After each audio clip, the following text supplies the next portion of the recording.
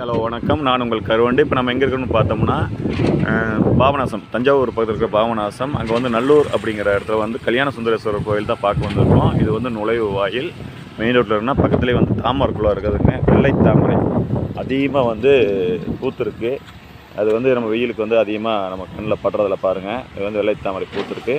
இங்கேருந்து நம்ம வந்து கோயிலுக்கு உள்ளே போகணும். இந்த பாதை வழியே உள்ளே போகணும். இப்போ நம்ம போகிறோம், வாங்க தரிசிச்சுட்டு வரலாம்.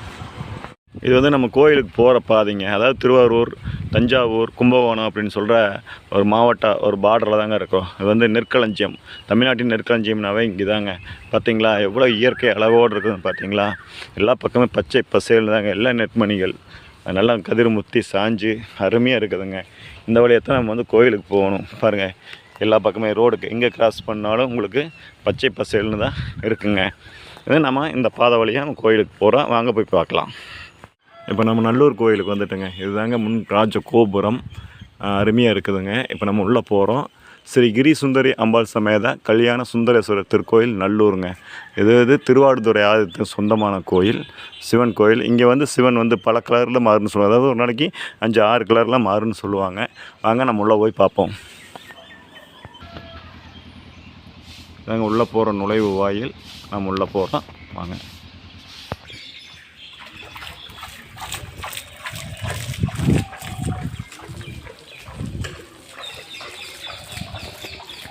முன் கோபுரம், இரண்டாம் கோபுரம். இது நந்திகேஸ்வரர், பலிபீடம், கொடிமரம் அருமையாக அமைச்சிருக்கிறாங்க.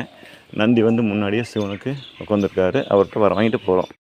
உள்ளே வந்ததுமே பிரதோஷ தரிசனுக்கு சமம்னு சொல்லி காசி விநாயகர், ஸ்தல விநாயகர்னு சொல்லி இருக்குதுங்க. இதுக்கு அடுத்து அப்படியே உள்ளே போகிறோம். உள்ளே நம்ம வந்ததுமே சன்னதிக்கு போகிற படிக்கட்டு மேலே போகுதுங்க. இங்கே விநாயகர் இருக்கார், தட்சிணாமூர்த்தி இருக்கார். பார்த்துட்டு உச்சிஷ்ட கணபதி பார்த்துட்டு இப்போ நம்ம மேலே ஏறுறோம். அதாவது நிலமட்டத்தில் வந்து மேலே தான் இந்த கோயில் இருக்குது. இதெல்லாம் ராஜராஜ சோழன் காலத்தில் கட்டின கையில் கணபதி. அது மேலே தாங்க போயிட்டுருக்குறோம் நம்ம. இப்போ இங்கே இருக்கிற சிவன் எந்த மாதிரி மாறுதுன்னு சொல்லி அந்த கலர் கொடுத்துட்டு பாருங்கள்.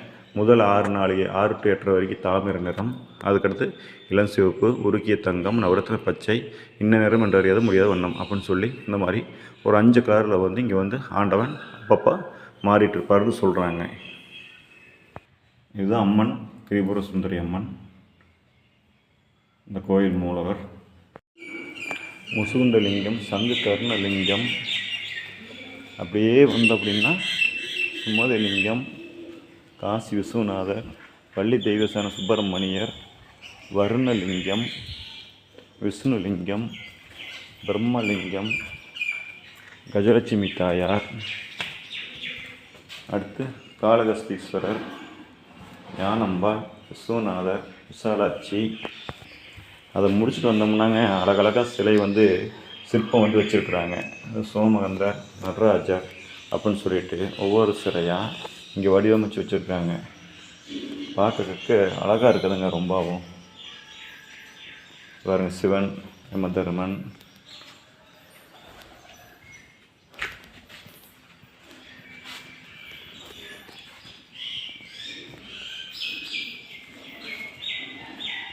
ஒவ்வொரு சிலையும் பார்க்க அழகாக இருக்குதுங்க. யாராக இருந்தாலும் ஒரு டைம் இந்த கோயிலுக்கு வந்து போகணுங்க. அர்த்தநாரீஸ்வரர், விஷ்ணு துர்க்கை, ஐயா சண்டிகேஸ்வரர், குந்தி தேவி அவர்கள் சிவனை வழிபடும் கோலம். இதுதாங்க என் அப்பன் பைரவர், சனீஸ்வர பகவான், கால பைரவாய, சூரியன், சந்திரன், மகாலிங்கம்.